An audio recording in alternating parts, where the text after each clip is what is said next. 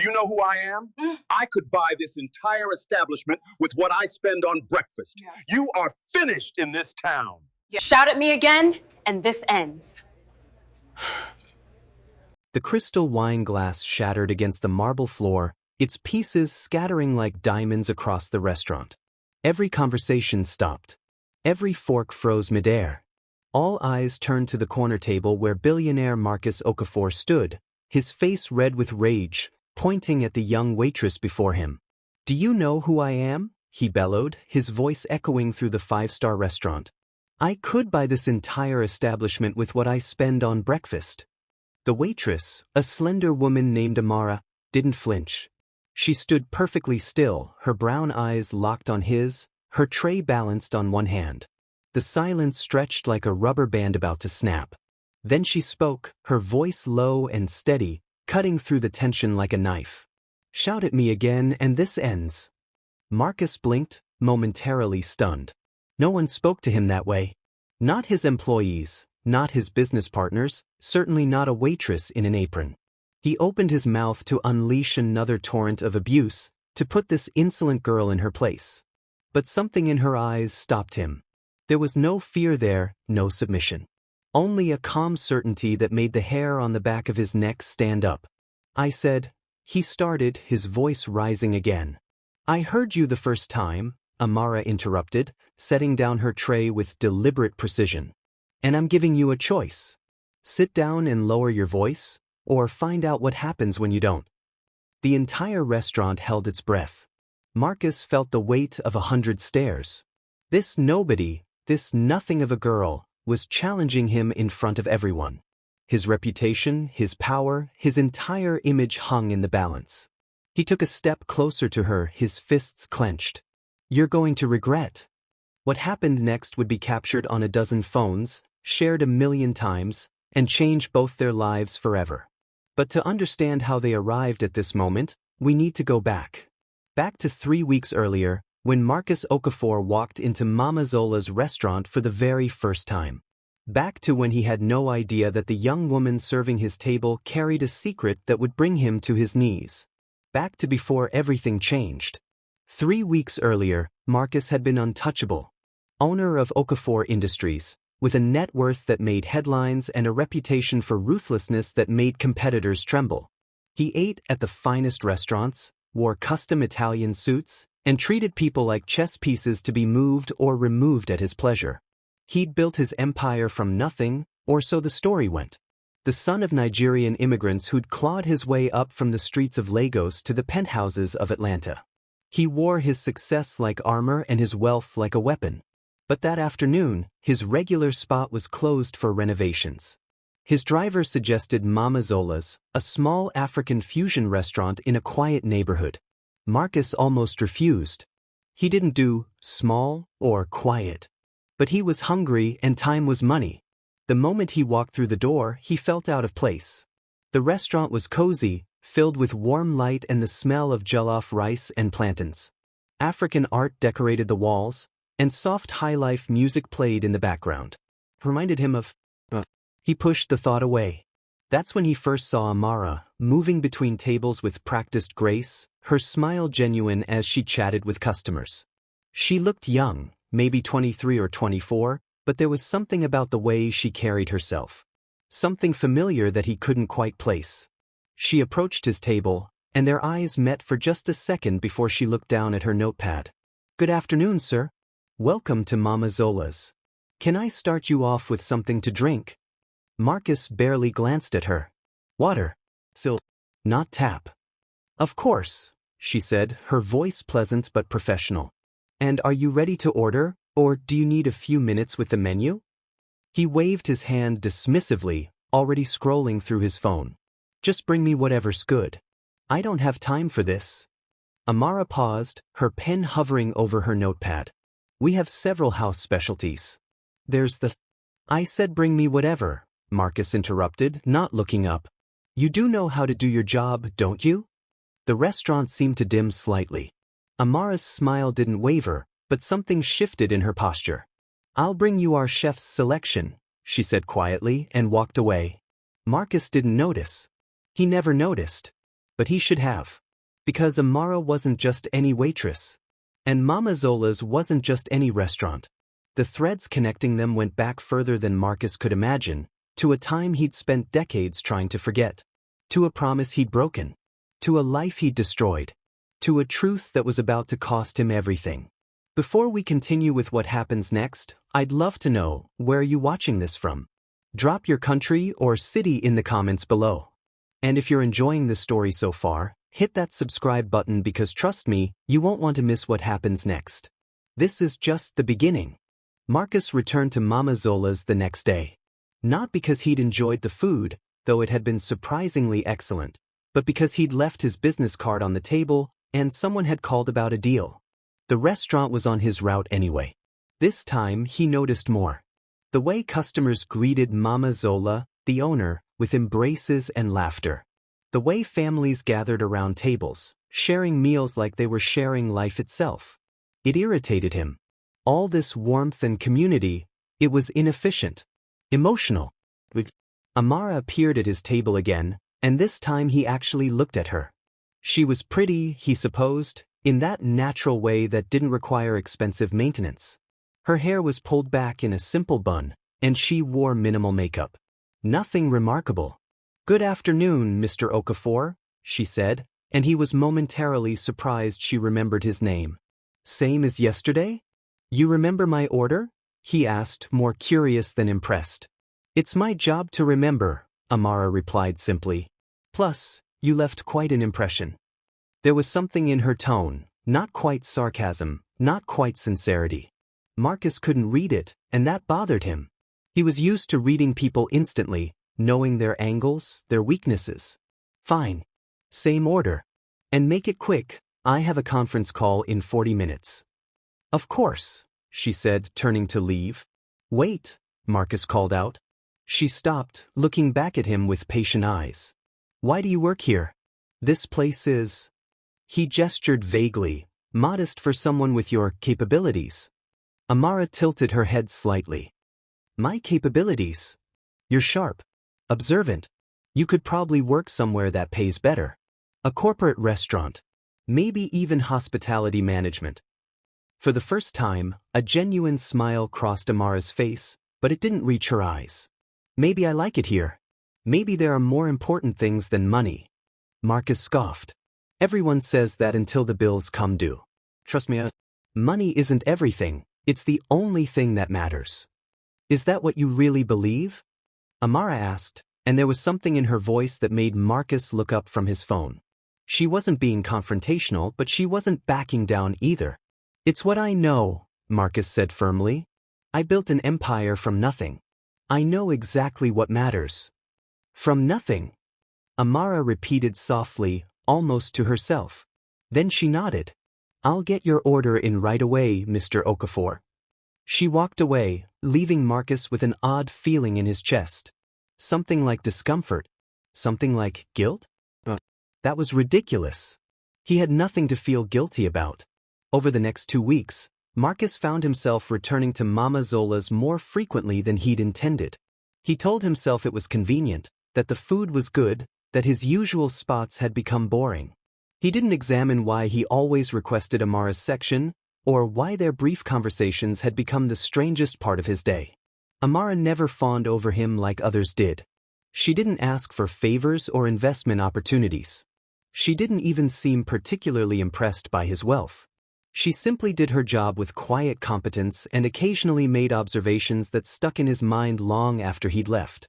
"Your phone rang 6 times during your meal today," she mentioned once while clearing his plate. "Whoever they are, they really want to reach you." "It's business," Marcus said dismissively. "It never stops." "Must be exhausting," Amara said, "never being allowed to stop." "I choose not to stop," Marcus corrected. "There's a difference." "Is there?" she asked, then smiled politely and walked away before he could respond. These small moments accumulated. Once, he snapped at her for bringing water with ice when he'd specified still water with no ice. She'd calmly removed the glass without apology or excuse, returning with the correct order and a napkin folded into an origami crane that she placed beside his plate without comment. Another time, an important client canceled a meeting via text while Marcus was eating. He'd cursed loudly enough that nearby tables turned to stare. Amara had appeared moments later with a complimentary dessert. Mama Zola insists, she said. She says sweetness helps when the day turns bitter. Marcus had almost smiled. Almost. But there were other moments too. Moments when he caught Amara watching him with an expression he couldn't decipher. Not admiration, not contempt, something else. Something that made him uncomfortable because it felt like recognition. On his 8th visit, Marcus arrived during the dinner rush. The restaurant was packed, and he had to wait for a table. He stood near the entrance, annoyed and checking his watch every 30 seconds, when he overheard a conversation between Amara and Mama Zola. That boy, Mama Zola was saying in Yoruba, not realizing Marcus understood the language, he has forgotten where he came from. Look at him, so proud, so cold. His mother would weep. Maybe he had to forget, Amara replied softly, also in Yoruba. Maybe remembering would break him. Or maybe, Mama Zola said, remembering would save him. Marcus felt ice run down his spine.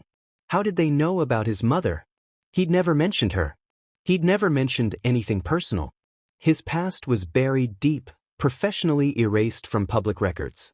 When Amara seated him at his usual table, Marcus studied her more carefully. Really looked at her for the first time. The shape of her face, the way she moved, the cadence of her speech when she spoke Yoruba. How long have you worked here? He asked abruptly. 6 months, Amara answered. Where are you from? Atlanta. Your family? Amara's expression didn't change, but something flickered in her eyes. Why do you ask, Mr. Okafor? Just making conversation, Marcus said, though his heart was beating faster than it should. My mother is from Nigeria, Amara said after a pause. Lagos. But I never knew her very well. She died when I was young. Marcus felt the room tilt slightly. I'm sorry, he managed. Are you? Amara asked, and for the first time, there was an edge to her voice. A crack in her professional demeanor. Are you really? Before Marcus could respond, another customer called for her attention. She excused herself, leaving Marcus alone with a growing sense of dread he couldn't name. That night, he couldn't sleep. He lay in his penthouse, staring at the ceiling, while memories he'd spent 30 years burying clawed their way to the surface. A young woman's face. A promise made in desperation. A choice that had haunted him ever since. It couldn't be. It was impossible. But the next day, Marcus hired a private investigator. He needed to know who Amara really was. Where she came from. Why she felt so familiar. The answer came back 3 days later, and Marcus sat in his office, staring at the report with shaking hands. Amara Adeyemi, age 24. Mother, Chidinma Adeyemi, deceased. Father, unknown. But there was a photograph clipped to the report. A old, faded picture of a young woman holding a newborn baby.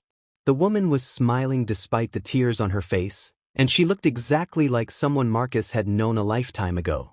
Someone he'd loved. Someone he'd abandoned. The baby in the photograph had Amara's eyes. And suddenly, Marcus understood why she watched him the way she did. Why Mama Zola spoke about his mother. Why coming to this restaurant had felt like walking into a trap he'd set for himself 30 years ago. The next time he went to Mama Zola's, Marcus was a different man. Nervous. Uncertain. Armed with truth he didn't know how to speak.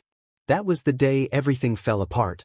That was the day he shouted at Amara for the first time, though not for the reason anyone would have guessed. That was the day his carefully constructed world began to crumble. And it was only the beginning. Marcus sat in his car outside Mama Zola's for 20 minutes before he could force himself to go inside. The private investigator's report lay on the passenger seat, pages filled with information that confirmed his worst fear. Chidinma. Sweet, brilliant Chidinma who had loved him when he was nobody. Who had believed in him when he was just Marcus, a struggling student working 3 jobs to survive. Who had gotten pregnant during his final year of university, right before the biggest opportunity of his life arrived. He'd made a choice then. A choice he'd told himself was necessary. Practical. The only way forward.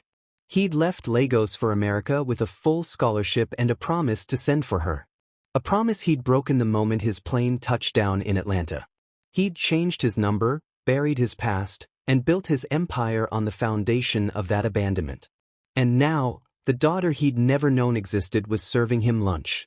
Marcus walked into the restaurant on unsteady legs. It was early afternoon, the quiet period between lunch and dinner.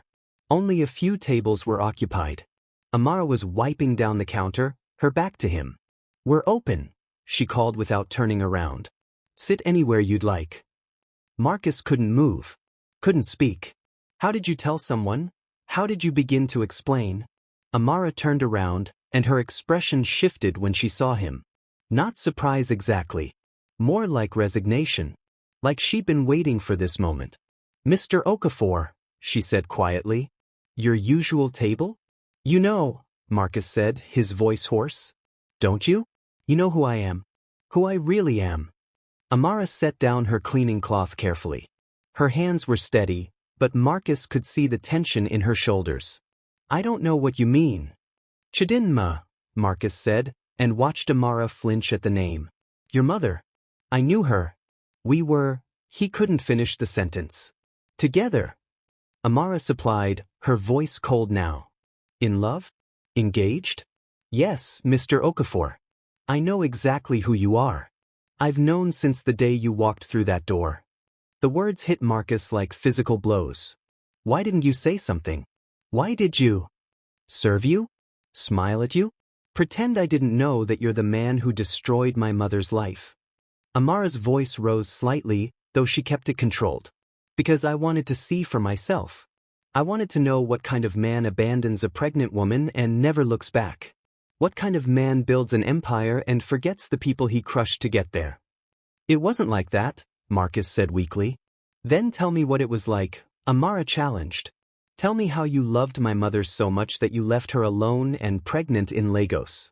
Tell me how you were too busy becoming a billionaire to send a single letter, a single dollar, a single acknowledgement that she existed." Marcus felt his own anger rising, anger at being cornered, at having his past exposed, at feeling guilty after all these years. "I was 23 years old. I had one chance to make something of myself. One opportunity to escape poverty. What was I supposed to do?" "Be a man," Amara said simply. "Take responsibility. Keep your promises." "You don't understand." "I understand perfectly," Amara interrupted. "My mother worked herself to death trying to provide for me. She cleaned houses, sold food on the street, did everything she could to make sure I had what I needed. And every night she told me about my father, the brilliant man who had gone to America. The man who would come back for us someday. The man who loved us." Her voice cracked on the last word, and Marcus felt something break inside his chest. "She believed in you until the day she died," Amara continued. "Even when years passed with no word. Even when we had nothing. Even when I asked why you never came, she made excuses for you. Said you must be busy. Said you must have your reasons. She loved you until her last breath, and you didn't even know she was gone." "When?" Marcus whispered. "When did she?" 10 years ago. Cancer. We couldn't afford treatment." Amara's eyes were wet now, but no tears fell. "I was 14. Mama Zola took me in, brought me to America, gave me a home when I had nothing. She knew my mother. She's the one who told me the truth about you after Mama died. About how you promised everything and delivered nothing." Marcus sank into the nearest chair, his legs unable to hold him anymore. "I didn't know. I swear I didn't know she was sick. That she died. That you—" He looked up at Amara, really seeing her now. Seeing Chidinma's smile, her strength, her grace. "I have a daughter." "Had," Amara corrected coldly. "You had a chance to have a daughter. You gave that up 30 years ago." They stared at each other across the restaurant, years of pain and abandonment hanging between them like a curtain. "I can make this right," Marcus said desperately. "I have money. Resources. I can—" "What? Buy me." Amara laughed bitterly. "You think this is about money? You think you can throw cash at 30 years of absence and erase what you did? Then what do you want?" Marcus demanded. Why am I here? Why did you let me keep coming back if you hate me so much? Because I needed to understand, Amara said. I needed to see if there was anything in you worth forgiving. Any hint of the man my mother loved. Any regret, any guilt, any humanity at all. And? Marcus asked, though he was afraid of the answer. And I saw a man who treats people like servants. Who values nothing but money and power. Who hasn't changed at all from the boy who abandoned his family. Amara picked up her cleaning cloth again, her hands shaking now. I saw exactly what my mother couldn't, that you're not worth the love she wasted on you. The words were designed to hurt, and they did. Marcus felt anger surge through him. Not righteous anger, but the defensive rage of a man being forced to face his worst self. You don't know anything about me, he said, standing up. You don't know what I've been through. What I've built. What I've sacrificed. Sacrificed. Amara's voice was incredulous. You sacrificed nothing. Other people sacrificed for you. My mother sacrificed everything for you, and you repaid her with silence. I was protecting myself. I was surviving. No, Amara said firmly. You were being selfish. And you've been selfish every day since. Marcus felt control slipping away. All his power, all his success, meant nothing here. This young woman, his daughter, was stripping away every defense, every justification he'd built over decades. How dare you judge me, he said, his voice rising. You, who've never built anything. Never achieved anything. You're just a waitress in a small restaurant, and you want to lecture me about life. The moment the words left his mouth, Marcus knew he'd crossed a line. Amara's face went very still, very cold. Get out, she said quietly. What? I said get out. You're not welcome here anymore. You can't throw me out, Marcus said, though his voice lacked conviction. I'm a customer. I'll speak to Mama Zola. Mama Zola knows everything, Amara said. She's known from the beginning. Why do you think I got a job here? Why do you think your driver suggested this place when your usual spot was closed? None of this was an accident, Mr. Okafor. You were meant to find us. To face what you did. Marcus felt the ground shift beneath him. This was a setup? All of it? Call it what you want, Amara said. Call it fate. Call it karma. Call it a daughter trying to understand why her father never wanted her. Before Marcus could respond, the door opened and Mama Zola herself walked in from the kitchen. She was a large woman with kind eyes and an air of authority that commanded respect. Amara told me everything, she said to Marcus without preamble. I've been waiting for this day. You had no right, Marcus started. I had every right, Mama Zola interrupted. Chidinma was like a daughter to me. I made a promise to her before she died, that I would look after Amara, that I would help her find the truth, that I would make sure you faced what you'd done. Marcus looked between the two women, feeling trapped. What do you want from me? Money? An apology? What? We want nothing from you, Mama Zola said. This was never about taking something. It was about showing you who you really are. Whether you do anything with that knowledge is up to you. Marcus stood there, his mind racing. Every instinct told him to leave, to retreat to his comfortable life, to forget this ever happened. But something kept him rooted to the spot. I loved her, he said finally, the words barely a whisper. I really did love Chidinma. I was just scared. I thought I was making the right choice. And now? Marist, what do you think now? Marcus looked at his daughter, this strong, remarkable young woman he'd never known, and felt 30 years of regret crash over him like a wave. I think I made the worst mistake of my life, he admitted. And I don't know how to fix it. The restaurant was silent. Even the music had stopped playing. Somewhere in the kitchen, dishes clinked softly. Maybe you can't fix it, Amara said. Maybe some things stay broken. She turned to walk away, and Marcus felt panic rise in his chest. He was losing her. Losing his only chance to make any of this right. That's when he made his second worst decision. He reached out and grabbed her arm. Not hard, but firmly enough to stop her. Wait, please. Just. Amara spun around, her eyes flashing with anger and pain. Let go of me. Just listen. I said let go. But Marcus held on, desperate now, words tumbling out without thought. You don't understand what it was like. The pressure, the poverty, the fear of ending up with nothing. Let go of me. Amara shouted, and the restaurant seemed to explode with sound. That's when Marcus made his third and final mistake. Instead of releasing her, instead of backing down, his pride took over. His ego, bruised and battered by this confrontation, demanded he reassert control. He raised his voice to match hers. I am your father. You will show me respect. The words hung in the air like poison. Amara wrenched her arm free and stepped back, her chest heaving. You are not my father, she said, her voice shaking with emotion. You are a stranger who shares my DNA. My father would have been there. My father would have cared. You are nothing to me. And that's when Marcus truly lost control. That's when 30 years of buried guilt and shame and self-hatred erupted. That's when he started shouting about everything he'd sacrificed, everything he'd built, everything he'd done. That's when he threw the wine glass. That's when Amara looked him in the eye and said the words that would change everything, shout at me again, and this ends. And that's when Marcus, blinded by rage and pain and a lifetime of running from his mistakes, made the choice that would cost him everything. He shouted again. What would you have done in Marcus's situation?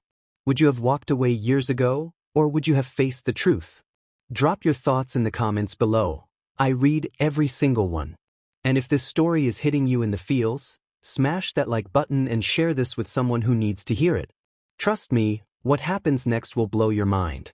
You think you can threaten me? Marcus roared, his face inches from Amara's.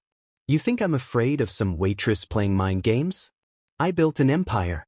I am Marcus Okafor. I don't answer to.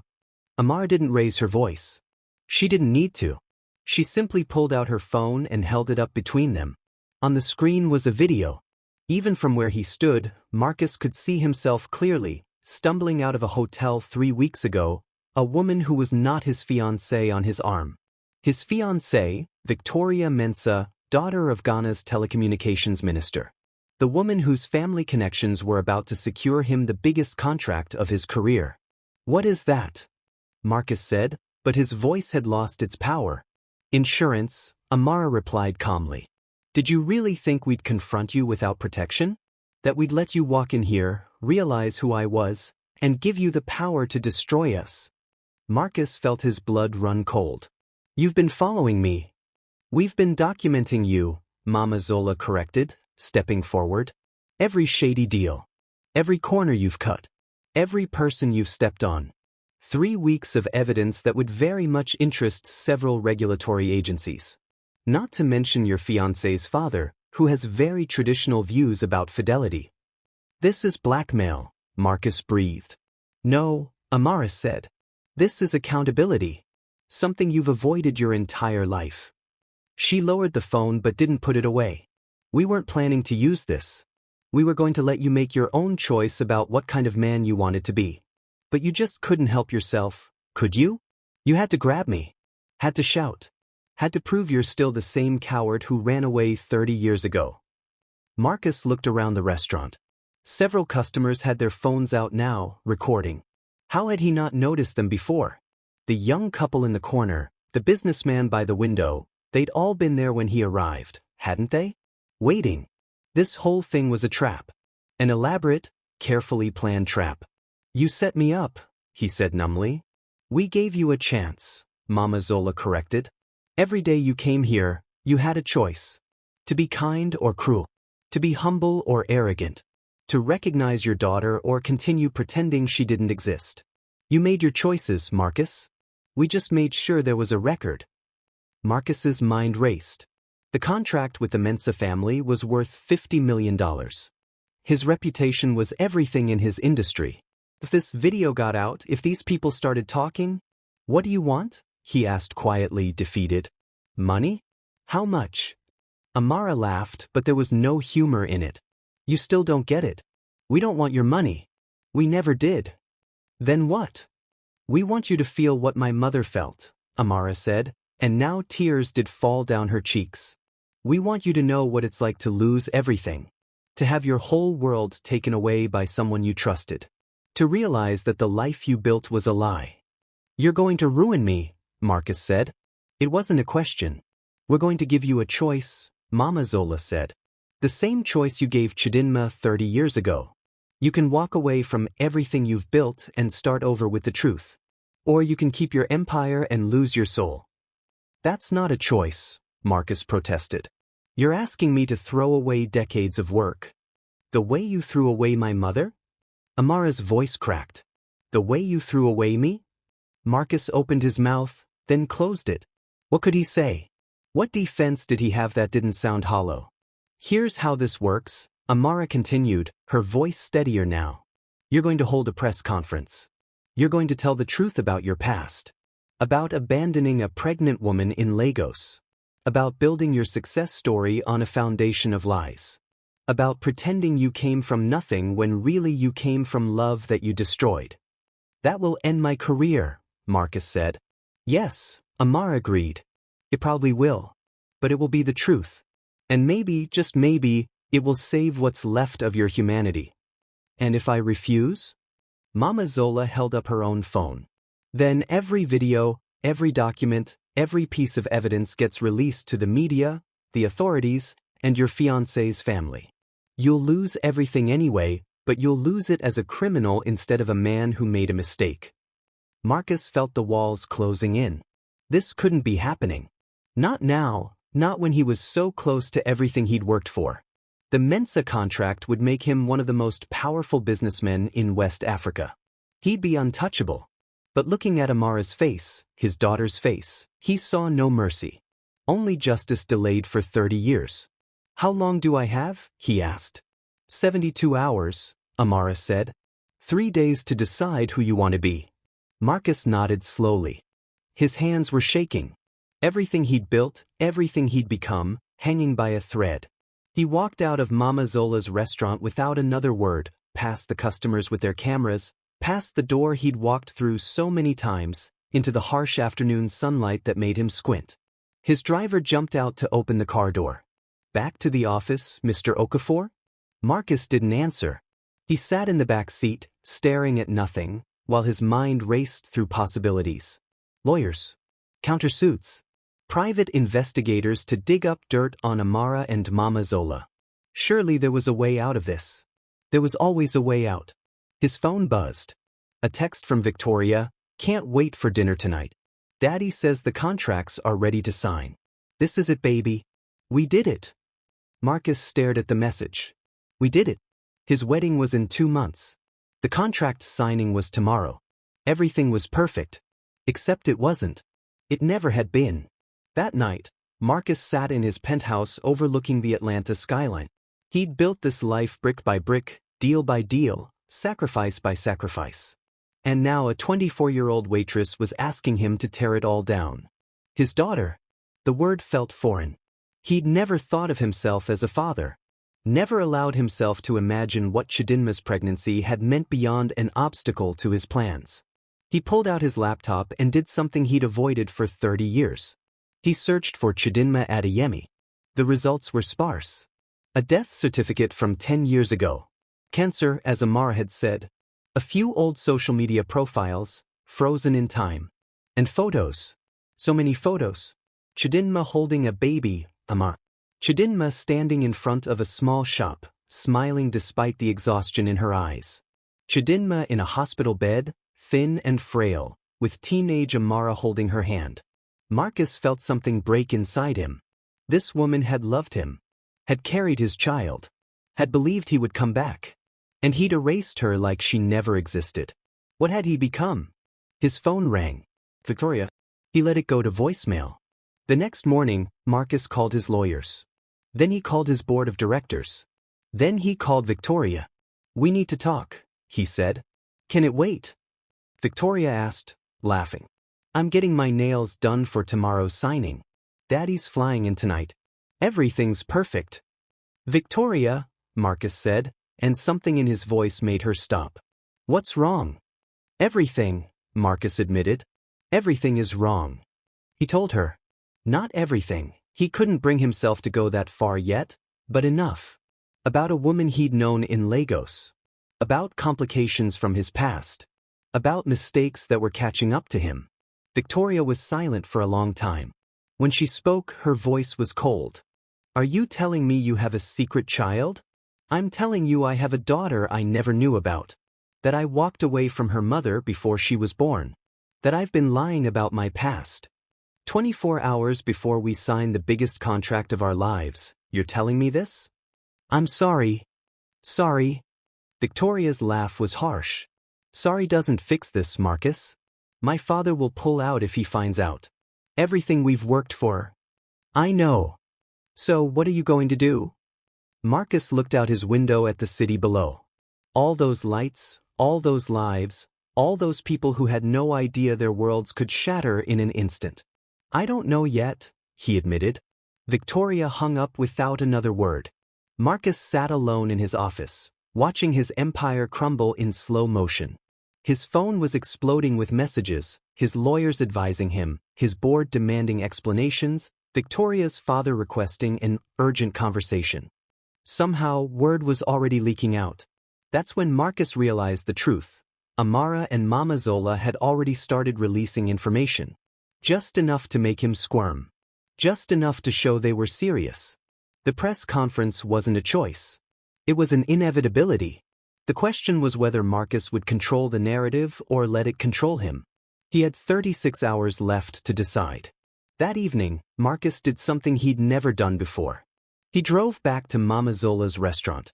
Not in his chauffeur-driven car, but alone, in a vehicle he rarely used. He sat in the parking lot for an hour, watching people come and go, watching Amara move between tables with that same grace that reminded him so much of Chidinma. Finally, near closing time, he went inside. Amara looked up from wiping tables, and something flickered across her face. Surprise, maybe? Or disappointment that he'd come back. We're closing, she said. I know, Marcus replied. I just wanted to. He paused, realizing he didn't know what he wanted. Can we talk? We have nothing to say to each other. Please, Marcus said, and the word felt strange in his mouth. How long had it been since he'd said please? Since he'd asked instead of demanded? Amara studied him for a long moment, then nodded toward a table. They sat across from each other, two strangers connected by blood and betrayal. I've been thinking about what you said, Marcus began. About the press conference. About the truth. And I'm terrified, Marcus admitted. Everything I've built will be destroyed. My reputation, my business, my relationships, all of it gone. Because of one mistake I made when I was 23 years old. It wasn't one mistake, Amara corrected quietly. It was thousands of mistakes, every day for 30 years. Every day you chose not to look back. Every day you chose your comfort over our suffering. You're right, Marcus said, and saw surprise flash in Amara's eyes. You're absolutely right. I've spent 3 decades running from that choice, building walls so high I forgot what I was hiding from. But I remember now. And I can't, his voice broke. I can't stop seeing her face. Your mother. In my mind, she's still 22 years old, telling me she's pregnant, asking me what we're going to do. And I'm still that coward who got on a plane and never looked back. Tears were running down Marcus's face now, the first tears he'd shed in longer than he could remember. She died believing in me, he continued. That's what kills me. She died thinking I was this great man who would have come back if he could. And the truth is so much worse. The truth is I could have come back anytime. I just didn't want to. Amara's own eyes were wet. Why are you telling me this? Because you're right. About everything. I am exactly who you think I am. But I don't want to be that person anymore. Marcus looked at his daughter, really looked at her, and saw not just Chidinma, but possibilities he'd thrown away. I know I can't fix the past. I know I can't give you back your mother or give her back the years I stole. But maybe I can finally tell the truth. Maybe I can finally face what I did. The press conference, Amara said. Yes, I'll do it. But not because you're forcing me. Because it's the right thing to do. Because your mother deserved better. Because you deserve better. Marcus reached across the table, stopped, asked permission with his eyes. Amara hesitated, then let him take her hand. I know I don't deserve forgiveness. I know I'll never be your father in any real sense. But maybe we can both stop carrying this weight. Maybe the truth will set us free. Amara pulled her hand back. Pretty words, Mr. Okafor. But I've heard pretty words before. My mother heard them too, right before you left. The rejection stung, but Marcus nodded. You're right to doubt me. I'll have to prove it through actions, not words. He stood to leave, then paused. There's something you should know. Your mother, Chidinma, she wasn't just some woman I dated. I loved her more than I've ever loved anyone in my life. She was brilliant and kind, and she believed I could be someone great. That's what made leaving so unforgivable. I didn't just abandon a pregnant woman. I abandoned the only person who ever truly saw me. Marcus walked out of the restaurant, leaving Amara sitting alone at the table, her hands pressed flat against the surface, her breath coming in short gasps. Outside, Marcus looked up at the stars and made a decision. Tomorrow at noon, he would hold a press conference. Tomorrow he would tell the truth. Tomorrow, Marcus Okafor would lose everything. But tonight, for the first time in 30 years, he felt almost human. The morning of the press conference, Marcus woke up at dawn. He hadn't slept more than an hour. His phone had been buzzing all night, Victoria's father demanding answers, board members threatening lawsuits, lawyers arguing about damage control strategies. He ignored them all. Instead, he sat at his desk and wrote. Not a prepared statement crafted by PR professionals, but the truth in his own words. Every painful detail. Every moment of cowardice. Every consequence of his choices that he'd spent decades pretending didn't exist. At 10 o'clock, his head of security called. Mr. Okafor, there's a situation. Someone leaked the press conference details online. There are already protesters outside the building. Media crews everywhere. Should we cancel? Marcus looked at the statement he'd written. 12 pages of confession. No. We go forward. Sir, this could get ugly. It already is ugly, Marcus interrupted. We're just stopping pretending it's not. At 11:30, Marcus stepped into the bathroom and stared at himself in the mirror. He looked older than he remembered. When had the gray spread through his hair? When had those lines carved themselves around his eyes? He thought about Chidinma, forever young in his memory. She'd never had the chance to grow old, to see gray in her hair, to watch her daughter become a woman. Because of him, Marcus put on a simple black suit. No designer labels today. No power tie. Just a man about to face his reckoning. The conference room was packed when he arrived. Cameras everywhere, journalists shouting questions, protesters holding signs that read, "Deadbeat Billionaire," and "Justice for Chidinma." Someone had already leaked parts of the story, not everything but enough to create a frenzy. Marcus saw Victoria in the back, her face a mask of cold fury. Her father stood beside her, already on his phone, probably canceling contracts. His board of directors sat in a row, their expressions ranging from anger to disbelief. And in the far corner, barely visible, stood Amara and Mama Zola. They weren't smiling. They weren't celebrating. They just watched him with steady, unreadable eyes. Marcus stepped up to the podium, and the room fell silent. My name is Marcus Okafor, he began, his voice steady despite his shaking hands. And I am a liar. The room erupted. Cameras flashed. Journalists shouted questions. Marcus waited for the chaos to die down, then continued. I've built my career on a story about rising from nothing. About pulling myself up by my bootstraps and achieving the American dream through hard work and determination. That story is false. The truth is much uglier, and it's time I told it. He glanced at his prepared statement, then set it aside. The words needed to come from his heart, not a page. 30 years ago, in Lagos, Nigeria, I was in love with a woman named Chidinma Adeyemi. She was 22 years old, brilliant, beautiful, and far better than I deserved. She believed in me when no one else did. She supported me through university. She loved me. Marcus's voice cracked, but he pushed forward. In my final year, Chidinma told me she was pregnant. I was terrified. I had just received a full scholarship to study in America, my one chance to escape poverty. and I made a choice that has haunted me every day since. I told her I would send for her once I was established. I promised I would build a life for us in America. I promised I would be there for our child. The room was completely silent now. Even the protesters had stopped shouting. I lied, Marcus said simply. The moment I arrived in Atlanta, I changed my number.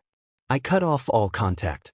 I told myself it was necessary, that I couldn't succeed while carrying that burden. I convinced myself that one day, when I was rich and successful, I would make it right. But that day never came. Years became decades. My success grew and my guilt grew with it, but I buried both under layers of achievement and acquisition. He looked directly at the cameras now. Chidinma raised our daughter alone. She worked multiple jobs. She struggled and sacrificed while I lived in luxury. And 10 years ago, she died of cancer because she couldn't afford proper treatment. I didn't know she was sick. I didn't know she had died. I didn't know because I had spent 30 years pretending she never existed. A journalist started to ask a question, but Marcus held up his hand. 3 weeks ago, I met my daughter for the first time. She was serving me lunch at a restaurant. She knew who I was. She had known all along. And for 3 weeks, she watched me, this man who had abandoned her and her mother, walk in and out of her life without recognition, without remorse, without any acknowledgement of what I had done. Marcus saw Amara in the corner, her hand pressed to her mouth, tears streaming down her face. Her name is Amara Adeyemi. She is 24 years old. She is brilliant, strong, and everything her mother was. And she is the daughter I never deserved and never earned the right to know. The room exploded again with questions, but Marcus wasn't finished. I'm not here to ask for forgiveness. I don't deserve it. I'm here because the truth deserves to be told, because Chidinma's memory deserves to be honored, and because my daughter deserves better than a father who built his empire on her mother's grave. He pulled out an envelope from his jacket. This is my resignation letter from Okafor Industries, effective immediately. I am liquidating my personal assets, and the majority will go toward establishing the Chidinma Adeyemi Foundation, which will provide support for single mothers and their children in Nigeria and America. The remaining assets will be placed in trust for Amara, to do with as she sees fit. Gasps rippled through the room. Victoria's father stood up and walked out, his face purple with rage. Board members were already on their phones. I know this doesn't fix anything, Marcus continued. I know it doesn't bring back the years Chidinma and Amara lost. I know it doesn't erase my cowardice or my cruelty. But it's a start. It's me finally taking responsibility for the man I've been and trying to become someone better. He looked directly at Amara now. To my daughter, I don't expect you to call me father. I don't expect you to forgive me or even speak to me again. But I want you to know that your mother was right about one thing. She saw potential in me that I never lived up to. Maybe it's too late to become the man she believed I could be. But I have to try. For her memory. For the person I should have been all along. Marcus stepped back from the podium as chaos erupted. Journalists were shouting, cameras were flashing. His phone was vibrating with what he knew were threats and demands and the sound of his old life crumbling. He didn't care. He pushed through the crowd, ignoring the questions, ignoring the microphones thrust in his face. He walked straight to where Amara stood, her face wet with tears, Mama Zola's arm around her shoulders. I meant every word, he said quietly just to them. I know it doesn't change anything. But I meant it. Amara stared at him for a long moment. Then, without a word, she turned and walked away, Mama Zola following close behind. Marcus stood alone in the corner of the conference room, watching his daughter leave, surrounded by the wreckage of everything he'd built. And for the first time in 30 years, he felt clean. The next 72 hours were a blur. The story went viral. Billionaire confesses to abandoning pregnant girlfriend, dominated every news cycle. Social media exploded with opinions. Some people praised his honesty, most condemned him as a monster who was only confessing because he'd been caught. They weren't wrong. Victoria called off the wedding via text message. Her father pulled out of the Mensa contract and was reportedly pursuing legal action.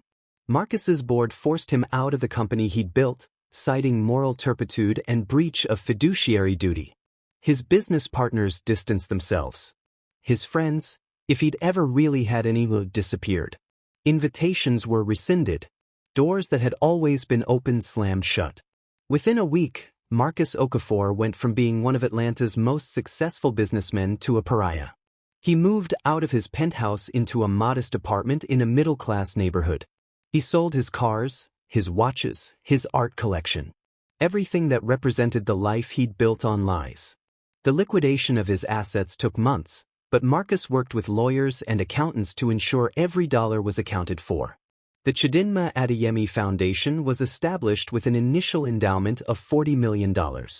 Amara's trust received another $20 million, whether she wanted it or not. What was left barely covered Marcus's debts and legal fees. He got a job. Not in business, no one would hire him, but as a counselor at a community center in a Nigerian neighborhood, helping immigrants navigate the complexities of American life. The pay was minimal. The work was humbling. Every day, he met people like his younger self, people trying to escape poverty, make something of themselves, build a better life. Every day, he wondered if any of them would make the same choice he had. If any of them would sacrifice everything for success, only to discover success meant nothing without soul. 6 months after the press conference, Marcus was leaving the community center when he saw a familiar car parked across the street. Mama Zola's old sedan. His heart jumped. He crossed the street slowly, expecting disappointment. The window rolled down and Amara looked out at him. She'd cut her hair short. She looked tired but determined. "Get in," she said. Marcus hesitated. "I don't want to impose." "I said get in." He got in. They drove in silence for several minutes before Amara spoke. "The foundation is doing well. We've already helped 200 families. There's a waiting list of over 1,000. "That's good," Marcus said quietly. "Your mother would be proud." "Maybe," Amara said. "Or maybe she'd be angry it took her death and 30 years of my life to make you do the right thing." Marcus nodded. He couldn't argue with that. "I'm running the foundation," Amara continued. "Mama Zola is on the board. We've hired staff, established partnerships, created programs. It's real work. Important work." "I know. I've been following the news coverage." Amara pulled into a parking lot overlooking the city. The same view Marcus used to have from his penthouse, but from ground level now. "I don't forgive you," she said, staring straight ahead. "I don't know if I ever will. What you did to my mother, what you took from both of us, that's not something you can fix with money or a public confession." "I know," Marcus said. "But," Amara continued, her voice softer now, "Mama Zola says everyone deserves a chance at redemption. She says my mother would have wanted me to at least try to see if there's anything worth saving in you." She turned to look at him, and Marcus saw Chidinma in her eyes. Not just the resemblance, but something deeper. The capacity for forgiveness that he didn't deserve. "So here's what's going to happen," Amara said. "Once a month we're going to have dinner. Just you and me. You're going to tell me about my mother, the real stories, not the sanitized version. You're going to tell me who she was, what she loved, how you met. All of it." "Okay," Marcus whispered. "And you're going to keep doing the work. Not for recognition or redemption, but because it's right. You're going to help people the way you should have helped us. And maybe, after years of that, we can figure out what kind of relationship two strangers who share DNA can have." "I'll do whatever you want," Marcus said. "Whatever you need." Amara nodded slowly. "There's one more thing. The foundation is opening a school in Lagos. In the neighborhood where my mother grew up. We're calling it Chidinma's Academy. And I want you to be there for the opening. I want you to see the place where she lived, where she struggled, where she hoped you would come back." Marcus felt tears burn his eyes. "I'll be there." "Good," Amara said. She started the car again. "Now get out. I'll text you about dinner next month. Don't make me chase you down." Marcus got out of the car, and Amara drove away without looking back. He stood in the parking lot for a long time, watching the sun set over Atlanta. This city had been the site of his greatest achievements and his most terrible failures. He'd climbed to the top of the world here, only to discover the view meant nothing. But now, standing on solid ground with empty pockets and a daughter who might, someday, let him into her life, Marcus felt something he hadn't felt in decades. It was fragile and uncertain, built on nothing but the possibility that he could spend the rest of his life becoming the man Chidinma had believed he could be. It wasn't redemption. Not yet. Maybe never. But it was a start. And for Marcus Okafor, a start was more than he deserved. The flight to Lagos was Marcus's first time back in 30 years. He sat in economy class, a far cry from the private jets and first-class suites of his former life, sandwiched between a mother with a crying baby and a businessman who snored loudly. Marcus didn't mind. He deserved the discomfort. He deserved much worse. Amara sat 3 rows ahead with Mama Zola. They'd offered him a seat with them, but Marcus had declined. He wasn't ready for that yet. Maybe he never would be. As the plane descended over Lagos, Marcus pressed his face to the window. The city had changed dramatically since he'd left. Skyscrapers dotted the skyline. New highways carved through neighborhoods he'd once known by heart. But underneath the modern veneer, he could still see the Lagos of his youth, chaotic, vibrant, alive. Somewhere down there was the apartment he'd shared with Chidinma, the university where they'd met, the small restaurant where he'd proposed, back when he actually meant his promises. The taxi ride from the airport took 2 hours through legendary Lagos traffic. Marcus watched the city scroll past his window, street vendors, Okada riders weaving through traffic, children playing in dusty lots. This was the world he'd escaped, the world he'd been so desperate to leave behind. The world where Chidinma had stayed, waiting for him. They arrived at the construction site in the late afternoon. The school was nearly complete, a beautiful 3-story building painted in bright yellows and blues, with large windows and a playground already equipped with swings and slides. Chidinma's academy was painted in bold letters above the entrance. Marcus stood at the gate, unable to move. This school represented everything he should have built with her. The life they should have lived together. "It's beautiful," he said quietly to Amara, who had come to stand beside him. 200 students will start here next month, Amara said. All from families who can't afford regular school fees. We're providing uniforms, books, meals, everything. The way my mother should have been provided for. The accusation hung unspoken between them. "Can I see inside?" Marcus asked. Amara nodded and led him through the building. Classrooms with new desks and chalkboards. A library filled with books in English and Yoruba. A computer lab that would give these children opportunities Marcus's generation never had. In the main hallway hung a portrait. Chidinma, smiling in a photograph Marcus had never seen before. She looked about 20, her eyes bright with dreams that would never come true. Marcus stopped in front of the painting, his breath catching in his chest. "That was taken a month before she told you she was pregnant," Amara said softly, coming to stand beside him. "Mama Zola kept all her photos. That's how I know what she looked like when she was happy." "She was beautiful," Marcus whispered. "She was brilliant," Amara corrected. "Beautiful is what you saw. Brilliant is what you ignored. She had dreams, plans, ambitions. She wanted to be a teacher. Did you know that?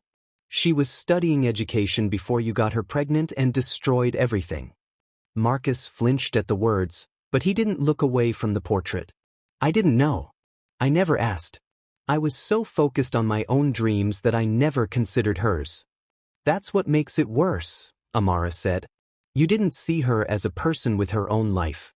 She was just an obstacle to your success." "You're right," Marcus said. "About all of it. And I'm sorry doesn't begin to cover what I took from her. From both of you." They stood in silence for a long moment, both staring at Chidinma's smiling face. "Come on," Amara finally said. "There's something else you need to see." She led him outside, past the school building to a small garden at the back of the property. In the center stood a memorial, a simple stone bench beneath a flowering tree, with a plaque that read, "In memory of Chidinma Adeyemi. Beloved mother, friend, and dreamer. Her strength lives on in every child who learns here." Marcus's legs gave out. He sank onto the bench, his body shaking with sobs that had been building for 30 years. Amara stood apart, watching him, her own eyes wet. I should have been there, Marcus choked out between sobs. When she got sick. When she died. When you needed someone. I should have been there. Yes, Amara said simply. You should have. Marcus buried his face in his hands. I can't fix this. No matter what I do, no matter how much money I give, no matter how many schools we build, I can't bring her back. I can't give you back your mother. I can't erase 30 years of absence. No, Amara agreed. You can't. Then what am I doing here? Marcus looked up at his daughter, his face wet with tears. What's the point of any of this if it doesn't change what I did? Amara sat down beside him on the bench, carefully maintaining distance between them. The point, she said slowly, is that maybe you can keep it from happening to someone else. Maybe some young man will hear your story and make a different choice. Maybe some woman will see this school and know that even when the world fails her, there's still hope for her children. She paused, staring at the tree above them. My mother used to tell me a story. She said that even though you left, even though you broke every promise, she didn't regret loving you. She said that the love was real even if you weren't strong enough to honor it.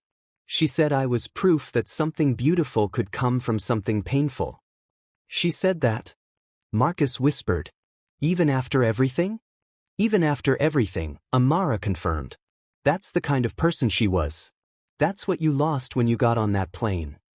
They sat together in the garden as the sun began to set, casting long shadows across the memorial.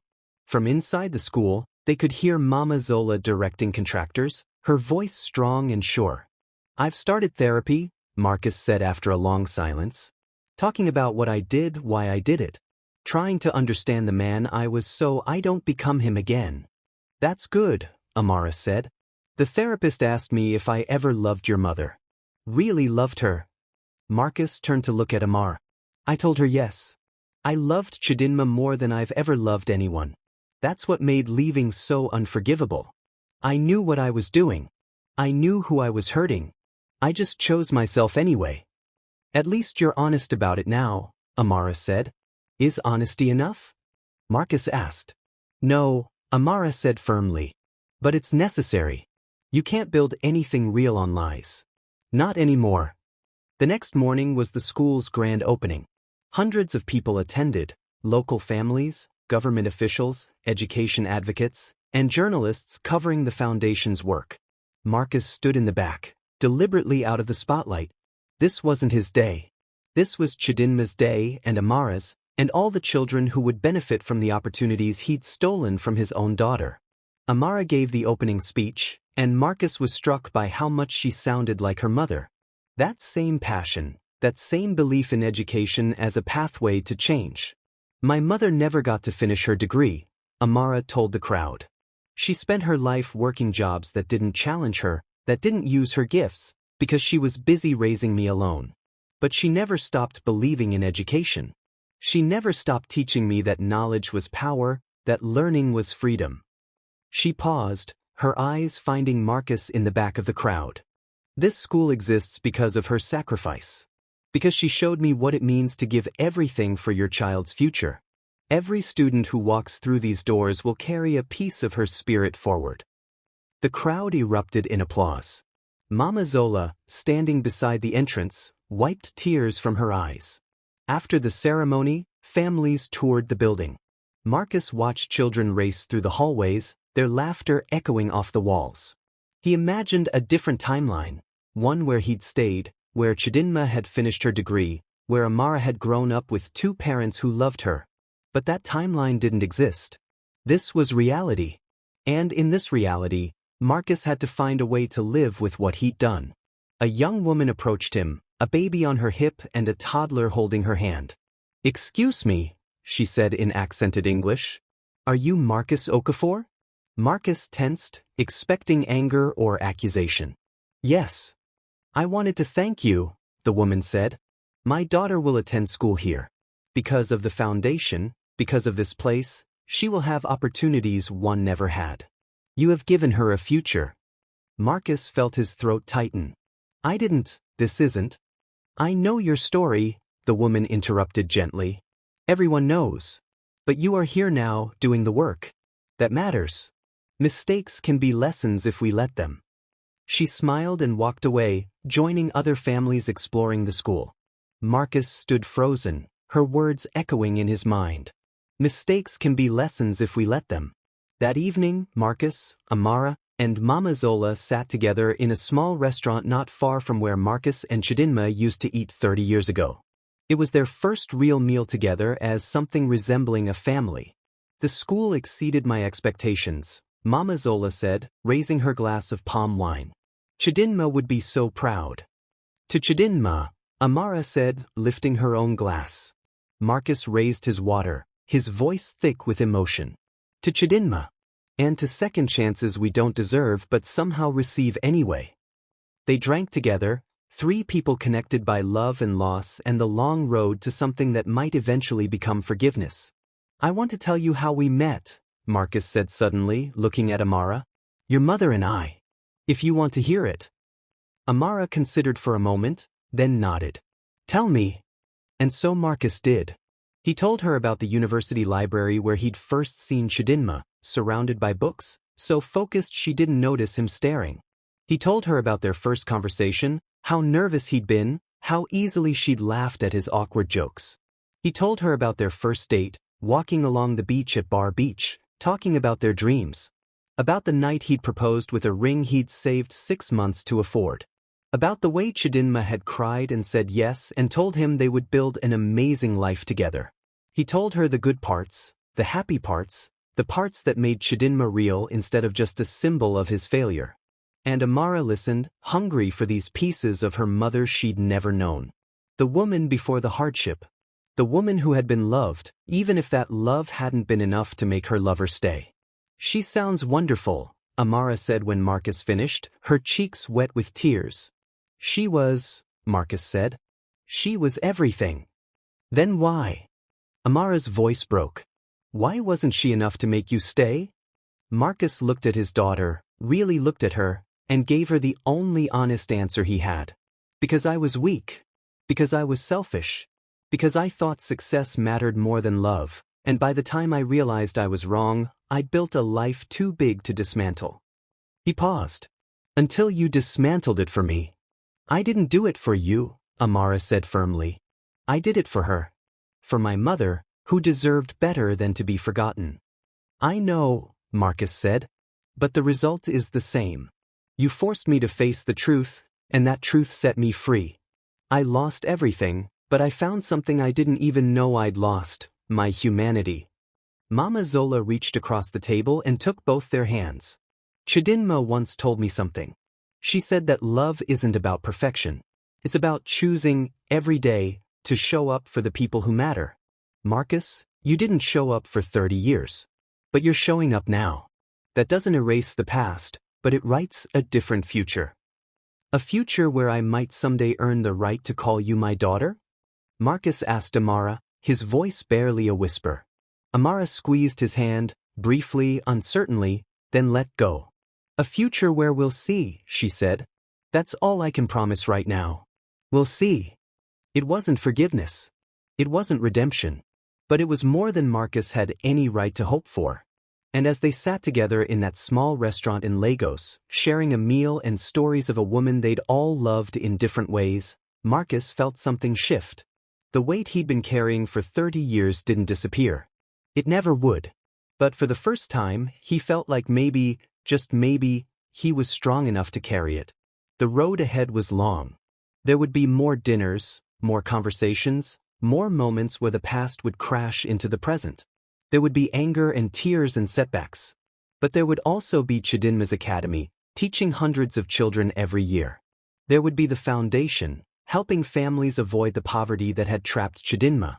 There would be Marcus's work at the community center, helping immigrants find their way. And there would be these tentative moments of connection between a father who had failed and a daughter who was willing to see if failure could become transformation. It wasn't the life Marcus had planned. But maybe it was the life he was meant to live all along. 2 years after the press conference, Marcus sat in the small office at the community center, reviewing applications for the foundation's scholarship program. His reading glasses, bought at a drugstore, not custom-made by an Italian designer, kept sliding down his nose. He pushed them up for the 100th time and smiled at the inconvenience. His phone buzzed. A text from Amara. Dinner tonight? Mama Zola wants to try that new Nigerian place on Boulevard. Marcus typed back immediately, I'll be there. What time? 7 p.m. Don't be late. Marcus looked at the simple exchange and felt warmth spread through his chest. 2 years of monthly dinners had become weekly check-ins, which had gradually evolved into spontaneous invitations. It wasn't father and daughter, not yet, maybe never, but it was something real. His coworker, David, poked his head into the office. Mr. Okafor, there's someone here to see you. Says it's personal. Marcus looked up, curious. He didn't get many personal visitors. Send them in. A young man entered, maybe 25 years old, dressed in a delivery uniform. He looked nervous, shifting from foot to foot. Mr. Okafor? The young man said. My name is Samuel. Samuel Okonkwo. I heard your story. On the news, 2 years ago. Marcus gestured to a chair. Please sit. How can I help you? Samuel sat on the edge of the chair, his hands clasped tightly together. I have a girlfriend. Back in Ghana. We've been together since secondary school. She's pregnant. Marcus felt his chest tighten. I see. I got accepted to a graduate program here in Atlanta. Full scholarship. It's my dream, everything I've worked for. But Ajoa, my girlfriend, she wants me to stay. She says we can make it work in Ghana, that we can raise the baby together. Samuel looked up, his eyes desperate. I don't know what to do. Everyone says I should take the scholarship, that I can't give up this opportunity. That I can send money back, help them from here. Marcus was quiet for a long moment, memories crashing over him like waves. Why did you come to me? He finally asked. Because, Samuel said, his voice shaking, I saw what happened when you made that choice. I saw how it destroyed your life, even while it made you successful. I saw your daughter's face when she talked about her mother. And I thought maybe you could tell me what I should do. Marcus stood and walked to the window, looking out at the Atlanta street. So many people moving past, all with their own stories, their own choices, their own consequences. I can't tell you what to do, Marcus said slowly. But I can tell you what I learned. Success built on someone else's suffering is no success at all. Money earned while the mother of your child struggles alone is blood money. And regret, his voice cracked. Regret is a weight that gets heavier every year, not lighter. But the opportunity, Samuel started. Will there be other opportunities? Marcus interrupted gently. Maybe not identical ones, but other paths? Other ways to succeed that don't require abandoning your family. Samuel was silent. Here's what no one told me when I was your age, Marcus continued, turning to face the young man. They said success was the most important thing. They said you have to sacrifice for your dreams. They said you can't let anything hold you back. But they never asked, what kind of man do you want to be? Not what do you want to have, or what do you want to achieve, but who do you want to be? I want to be successful, Samuel said. Why? Marcus pressed. For what purpose? To prove something? To escape poverty? To give your family a better life? He paused. Because if it's the last one, then abandoning them defeats the entire purpose. Samuel's eyes filled with tears. I'm scared. Scared of staying. Scared of being trapped. Scared of ending up with nothing. I understand that fear, Marcus said, returning to his seat. I lived that fear. And I let it drive me to make the worst decision of my life. But here's what I know now. You can lose everything material and still have something precious. Or you can gain the whole world and lose your soul. I did both, gained everything, lost everything, and discovered that what I'd thrown away 30 years ago was worth more than anything I'd built. Are you saying I should stay in Ghana? Samuel asked. I'm saying you should ask yourself who you want to be, Marcus repeated. A man who keeps his promises or a man who breaks them? A father who's present or absent? The partner who supports or abandons? Success can be built in many ways, Samuel. But character? That's built one choice at a time. And some choices can't be undone. Samuel wiped his eyes. It's so hard. Being a parent is hard, Marcus agreed. Being broke is hard. Staying when you want to run is hard. But you know what's harder? Living with 30 years of guilt. Looking at your daughter's face and seeing all the moments you missed. Building an empire on the foundation of someone else's pain. That's harder than anything else in the world. They sat in silence for several minutes. Finally, Samuel stood. Thank you, Mr. Okafor. I think I know what I need to do. Whatever you decide, Marcus said, decide it consciously. Don't let fear make the choice for you.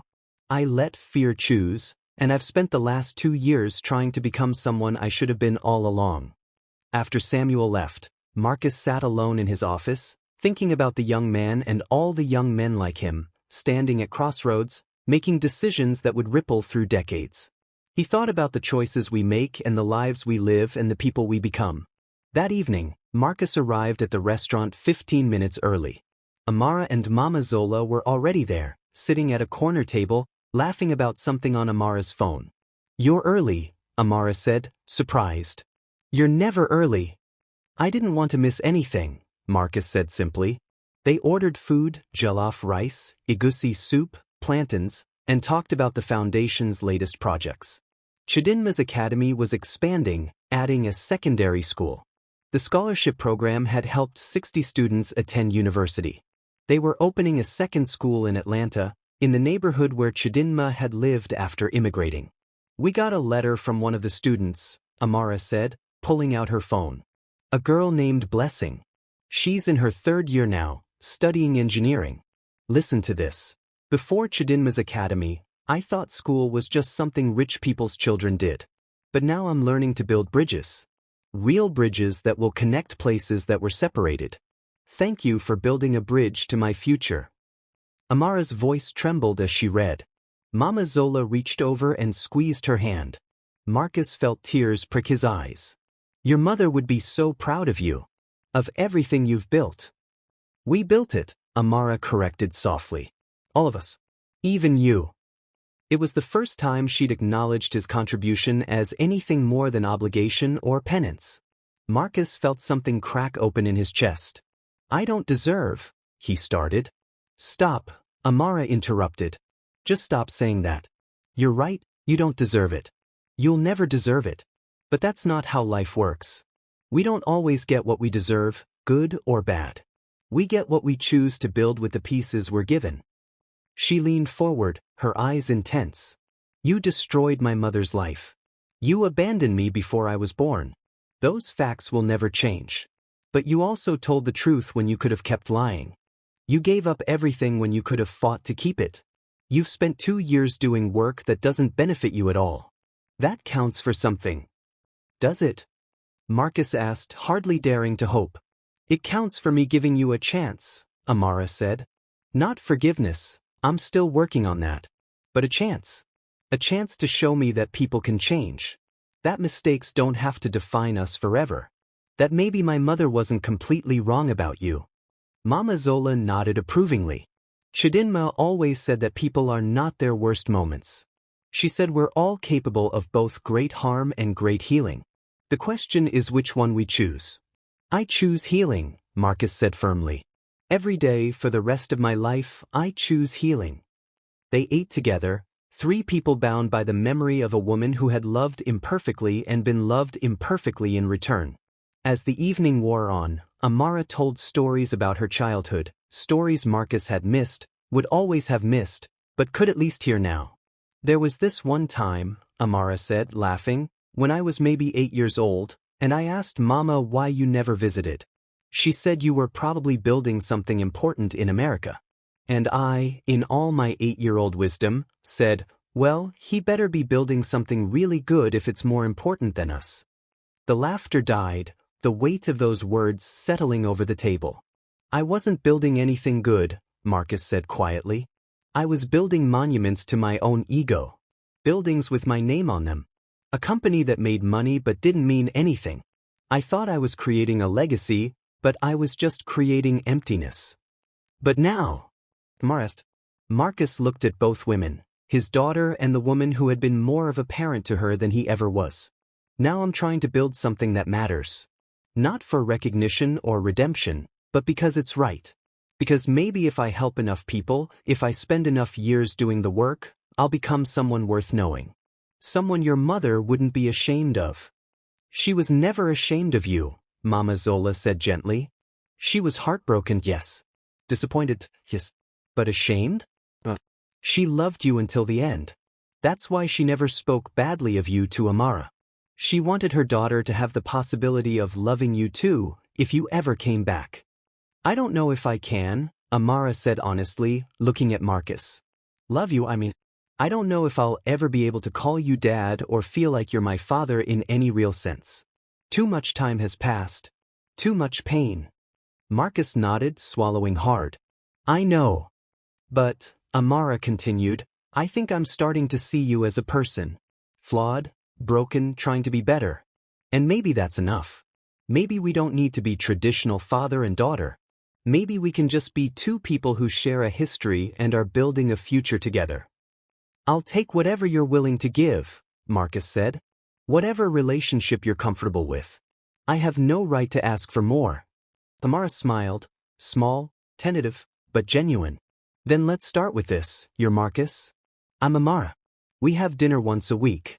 We work together on the foundation. We honor my mother's memory by helping people. And we see where it goes from there.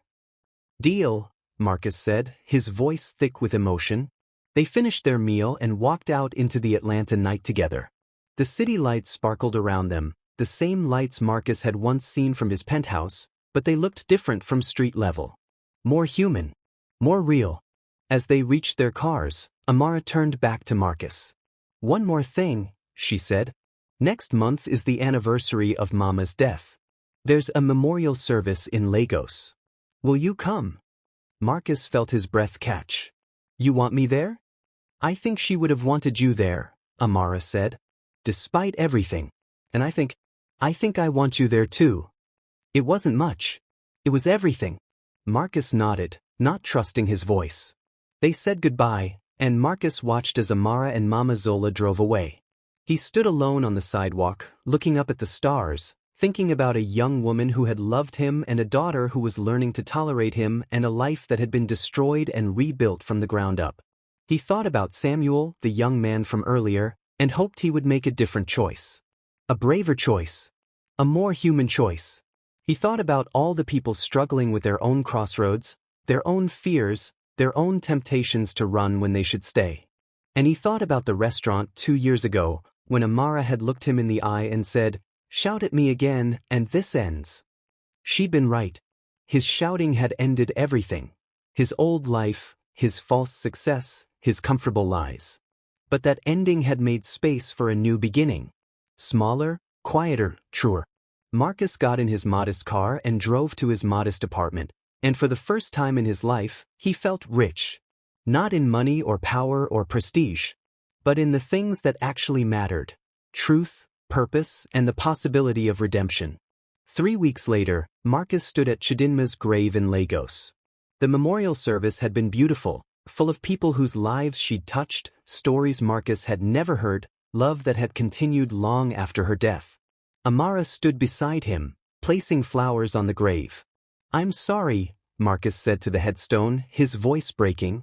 "I'm so sorry I wasn't the man you believed I could be. But I'm trying now. I'm really trying." Amara took his hand, the first time she'd initiated physical contact, and squeezed it gently. "She knows," Amara said. "Wherever she is, she knows." They stood together in the cemetery, father and daughter, connected by loss and slowly, painfully, beginning to connect through love. The story that had started with shouting in a restaurant ended here, in a quiet cemetery in Lagos, with whispered apologies and tentative hope. Marcus had lost everything to find what mattered. He'd been broken down to be built back up. He'd shouted his way into destruction and whispered his way toward healing.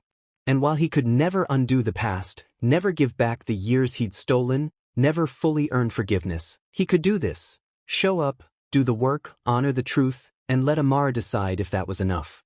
It wasn't the ending he'd wanted when he was 23 and boarding a plane to America. It wasn't the triumph he'd imagined when he was building his empire. But it was real. It was honest. It was human. And sometimes, being human is the greatest achievement of all.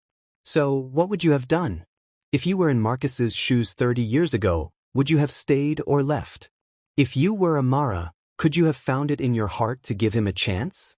Drop your thoughts in the comments. I want to hear your perspective. And if this story moved you, if it made you think about the choices we make and the lives we live, do me a favor, hit that subscribe button, smash that like, and share this with someone who needs to hear it. Because the truth is, we're all just one choice away from becoming Marcus or Amara, from causing pain or offering grace. Thank you for watching, and remember, it's never too late to become who you should have been all along.